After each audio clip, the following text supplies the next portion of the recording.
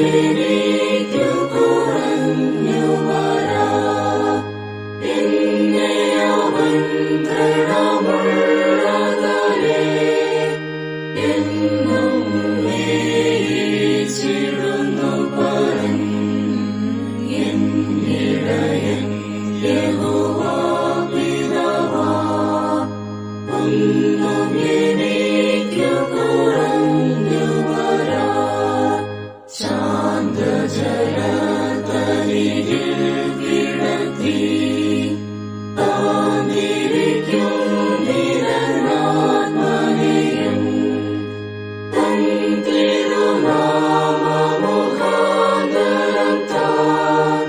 സന്തതം നീതിയിൽ നടത്തുമെന്നേ. എൻ ഇടയൻ യഹോവ പിതാവാ. ഒന്നും എനിക്കു കുറഞ്ഞു വരാ.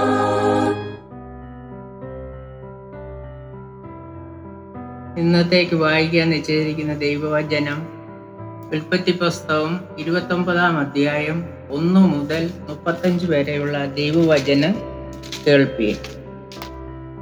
പിന്നെ യാക്കോബ് പ്രയാണം ചെയ്തു കിഴക്കരുടെ ദേശത്തെത്തി. അവൻ വെളിമ്പ്രദേശത്തെ ഒരു കിണർ കണ്ടു. അതിനരികെ 3 ആട്ടിൻകൂട്ടം കിടക്കുന്നു.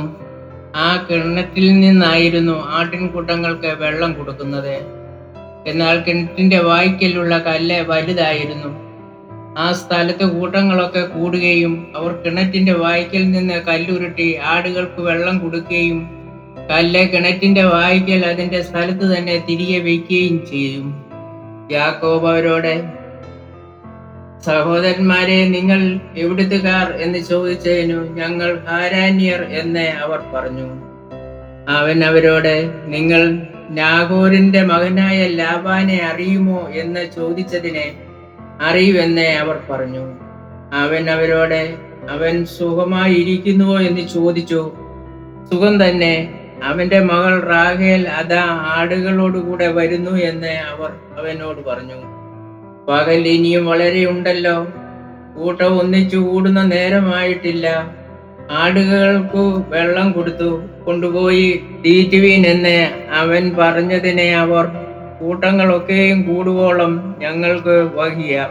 അവർ കിണറ്റിന്റെ വായ്ക്കൽ നിന്ന് കല്ലുരുട്ടും, പിന്നെ ഞങ്ങൾ ആടുകൾക്ക് വെള്ളം കൊടുക്കും എന്ന് പറഞ്ഞു. അവൻ അവരോട് സംസാരിച്ചു കൊണ്ടിരിക്കുമ്പോൾ തന്നെ റാഹേൽ തന്റെ അപ്പന്റെ ആടുകളോടുകൂടെ വന്നു. അവളായിരുന്നു അവയെ മേയിച്ചു വന്നത്.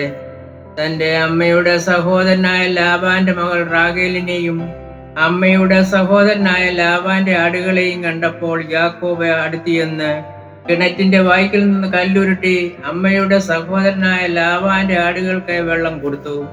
യാക്കോബ് റാഹേലിനെ ചുംബിച്ചു, പൊട്ടിക്കരഞ്ഞു. താൻ അവളുടെ അപ്പന്റെ സഹോദരനെന്നും റിബേക്കായുടെ മകനെന്നും യാക്കോബ് റാഹേലിനോട് പറഞ്ഞു. അവൾ ഓടിച്ചെന്ന് തന്റെ അപ്പനെ അറിയിച്ചു. ലാബാൻ തന്റെ സഹോദരിയുടെ മകനായ യാക്കോബിന്റെ വസ്തുത കേട്ടപ്പോൾ അവനെ എതിരേൽപ്പാൻ ഓടിച്ചെന്ന് അവനെ ആലിംഗനം ചെയ്തു ചുംബിച്ചു വീട്ടിൽ കൂട്ടിക്കൊണ്ടുപോയി. അവൻ ലാബാനോട് വിവരമൊക്കെയും പറഞ്ഞു. ലാബാൻ അവനോട്, നീ എന്റെ അസ്ഥിയും മാംസവും തന്നെ എന്ന് പറഞ്ഞു. അവൻ 1 മാസക്കാലം അവന്റെ അടുക്കൽ പാർത്തു. പിന്നെ ലാബാൻ യാക്കോബിനോട്, നീ എന്റെ സഹോദരനാകൊണ്ട് വെറുതെ എന്നെ സേവിക്കണമോ? നിനക്ക് എന്ത് പ്രതിഫലം വേണം എന്നോട് പറക എന്ന് പറഞ്ഞു. എന്നാൽ ലാബാന് 2 പുത്രന്മാരുണ്ടായിരുന്നു. മൂത്തവൾക്ക് ലേയ എന്നും ഇളയവൾക്ക് റാഹേൽ എന്നും പേർ. ലേയായുടെ കണ്ണ് ശോഭ കുറഞ്ഞതായിരുന്നു. റാഹേലോ സുന്ദരിയും മനോഹര രൂപിണിയുമായിരുന്നു. യാക്കോബ് റാഹേലിനെ സ്നേഹിച്ചു. നിന്റെ ഇളയ മകൾ റാഹേലിനു വേണ്ടി ഞാൻ 7 സംവത്സരം നിന്നെ സേവിക്കാം എന്ന് പറഞ്ഞു. അതിനു ലാബാൻ, ഞാൻ അവളെ അന്യപുരുഷന് കൊടുക്കുന്നതിലും നിനക്ക് തരുന്നത് നല്ലത്, എന്നോടുകൂടെ പാർക്ക എന്ന് പറഞ്ഞു. അങ്ങനെ യാക്കോബ് റാഹേലിനു വേണ്ടി 7 സംവത്സരം സേവ ചെയ്തു. അവൻ അവളെ സ്നേഹിക്കൊണ്ട് അത് അവന് അല്പകാലം പോലെ തോന്നി. അനന്തരം യാക്കോബ് ലാബാനോട്, എന്റെ സമയം തികഞ്ഞിരിക്കിയാൽ ഞാൻ എന്റെ ഭാര്യയുടെ അടുക്കൽ ചെല്ലുവാൻ അവളെ തരേണം എന്ന് പറഞ്ഞു. അപ്പോൾ ലാബാൻ ആ സ്ഥലത്ത് ജനങ്ങളെ എല്ലാം ഒന്നിച്ചുകൂട്ടി ഒരു വിരുന്ന് കഴിച്ചു. എന്നാൽ രാത്രിയിൽ അവൻ തന്റെ മകൾ ലേയയെ കൂട്ടി അവന്റെ അടുക്കൽ കൊണ്ടുപോയി ആക്കി. അവൻ അവളുടെ അടുക്കൽ ചെന്നു.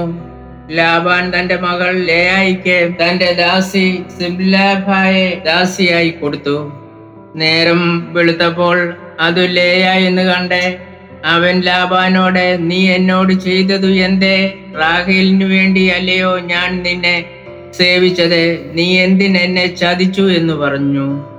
അതിനു ലാബാൻ, മൂത്തവൾക്ക് മുൻപേ ഇളയവളെ കൊടുക്കുക ഞങ്ങളുടെ ദിക്കിൽ നടപ്പില്ല.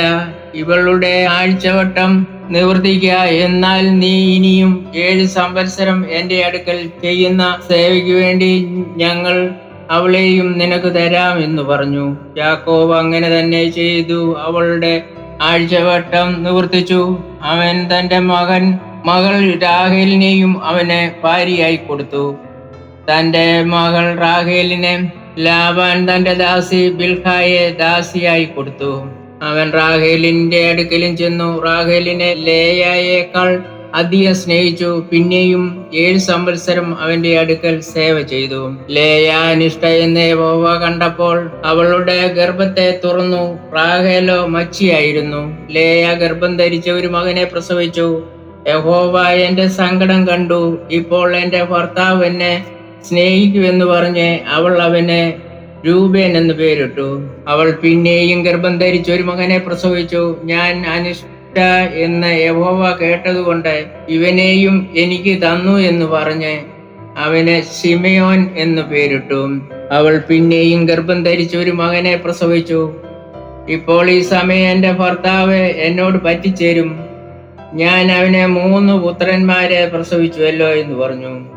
അതുകൊണ്ട് അവൾ അവന് ലേവി എന്നു പേരിട്ടു. അവൾ പിന്നെയും ഗർഭം ധരിച്ച് ഒരു മകനെ പ്രസവിച്ചു. ഇപ്പോൾ ഞാൻ യഹോവയെ സ്തുതിക്കും എന്ന് അവർ പറഞ്ഞു. അതുകൊണ്ട് അവൾ അവന് യഹൂദ എന്ന് പേരിട്ടു. പിന്നെ അവൾക്ക് പ്രസവം നിന്നു. ഇവിടെ പാഠഭാഗം വായിച്ച് അവസാനിച്ചു.